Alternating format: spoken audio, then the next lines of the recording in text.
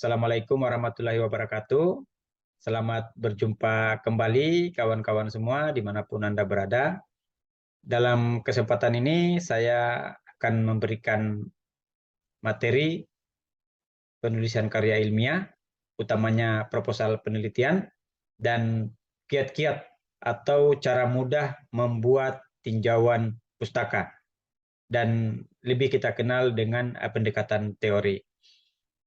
Jadi perlu kita tahu bahwa sebelum kita membuat tinjauan pustaka atau pendekatan teori, maka yang mesti kita susun lebih awal itu dalam penyusunan proposal penelitian adalah menentukan judul penelitian.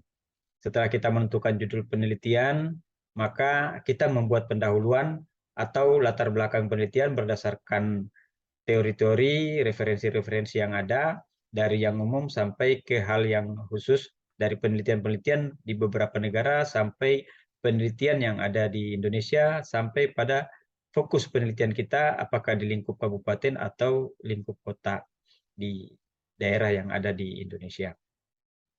Kemudian kita sampai pada fenomena masalah yang ada di wilayah kajian kita atau case riset kita terkait dengan masalah-masalah yang update saat ini, masalah-masalah yang sangat penting untuk kita kaji dan kita teliti.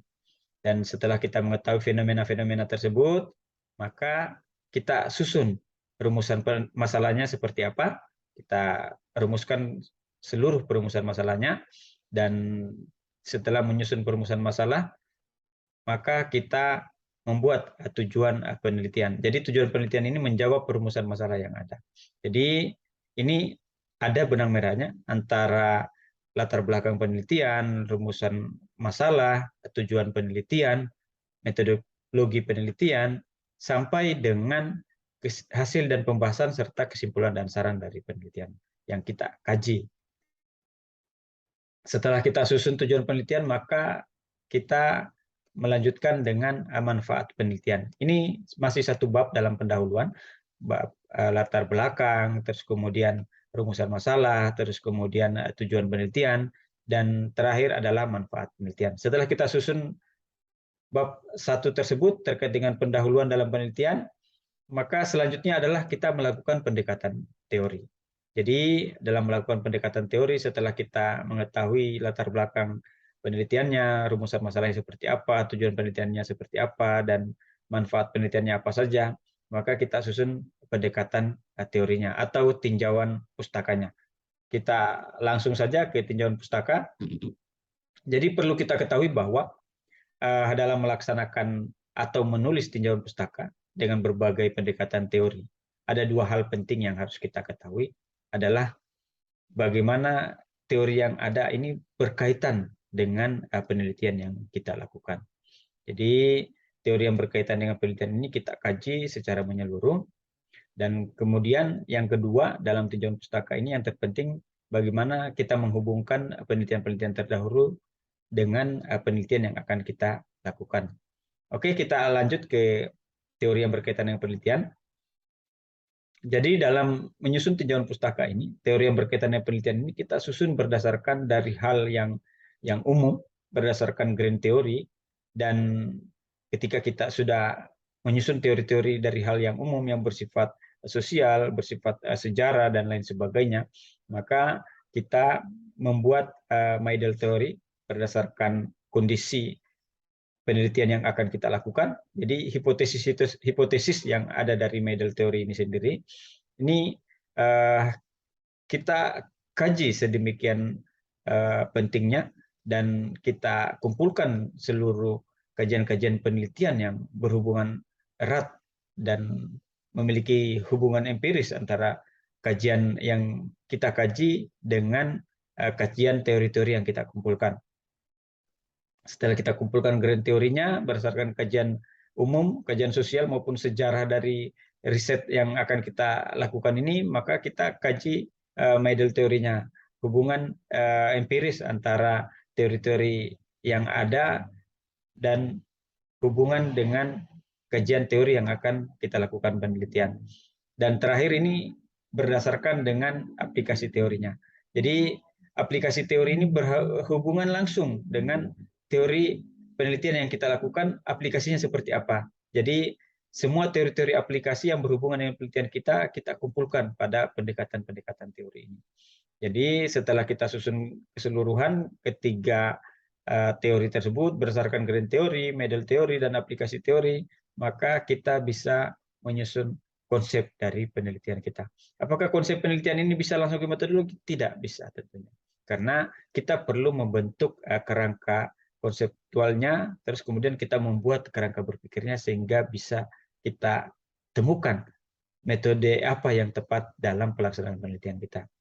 Setelah kita menemukan konsepnya, berdasarkan teori umumnya, berdasarkan teori hipotesis yang berhubungan erat dengan penelitian kita, dan berdasarkan dengan aplikasi-aplikasi teori yang berhubungan erat dengan penelitian kita, maka kita dapatkan konsepnya, kemudian konsep ini kita susun kerangkanya berdasarkan kerangka konseptual, berdasarkan kajian riset kita apakah ini terkait dengan masalah sosial, masalah hukum, masalah lingkungan, masalah pendidikan, dan lain sebagainya.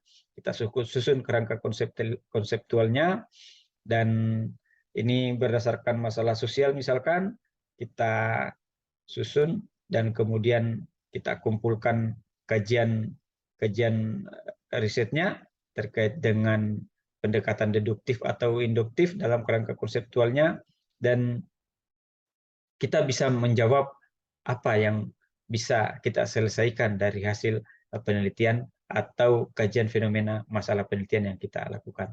Setelah kita menyusun kerangka konseptualnya, maka kita membuat kerangka berpikirnya. Kerangka berpikirnya dimulai dari mana? Dimulai dari masalah penelitian yang kita lakukan. Sebagai contoh, terkait dengan masalah perubahan luasan kawasan hutan akibat perkembangan atau pertumbuhan penduduk yang ada di sekitar kawasan hutan. Ini kita kaji berdasarkan masalah-masalah yang ada, utamanya kawasan hutan yang dilindungi atau taman nasional, terjadi illegal logging di sana akibat meningkatnya pertumbuhan penduduk dan mengurangi luasan kawasan hutan untuk dijadikan permukiman atau dijadikan kebun masyarakat, sehingga kita lakukan pendekatan apa yang tepat untuk dapat menjaga wilayah kawasan hutan tersebut, wilayah taman nasional tersebut, kawasan taman nasional tersebut tetap terjaga dan tetap terlindungi. Pendekatannya bisa dengan berbagai pendekatan teknik analisis.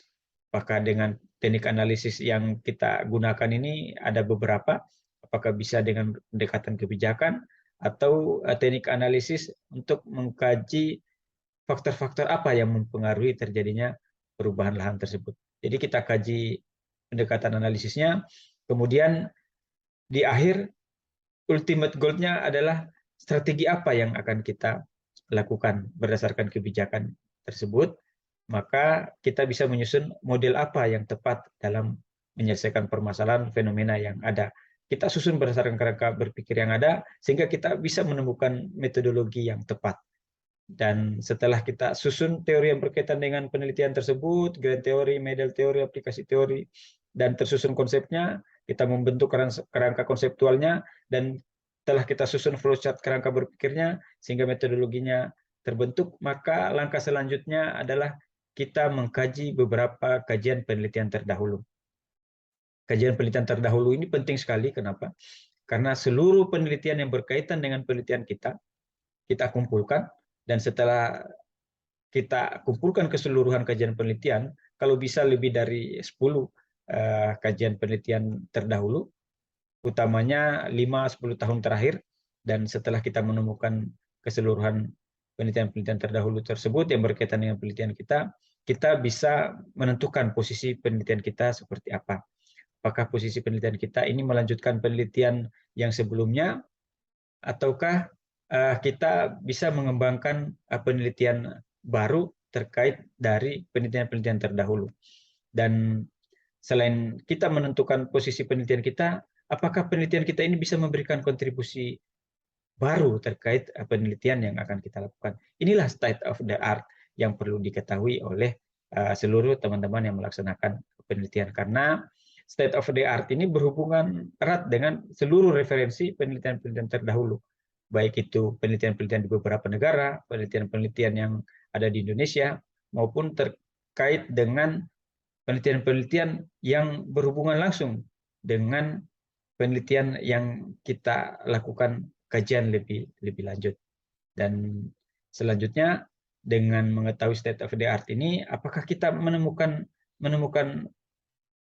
suatu yang berbeda dari penelitian-penelitian terdahulu? Apa yang berbeda? Apakah dari segi variabelnya, apakah dari segi indikator-indikator penelitian yang berbeda, ataukah kita juga akan melakukan replikasi penelitian baru, atau kita lebih kenal mencoba melakukan penelitian lain di tempat yang berbeda, tetapi dengan pendekatan metode yang sama, variabel-variabel yang sama, dan kita teliti di tempat yang lain. Apakah seperti langkah-langkah tersebut yang kita lakukan, ataukah kita menemukan suatu pendekatan baru dengan variabel-variabel yang baru, berbeda dengan penelitian-penelitian terdahulu, sehingga ini menjadi satu kebaruan penelitian atau novelty penelitian yang akan kita lakukan. Inilah gambaran terkait dengan tinjauan pustaka atau pendekatan teori.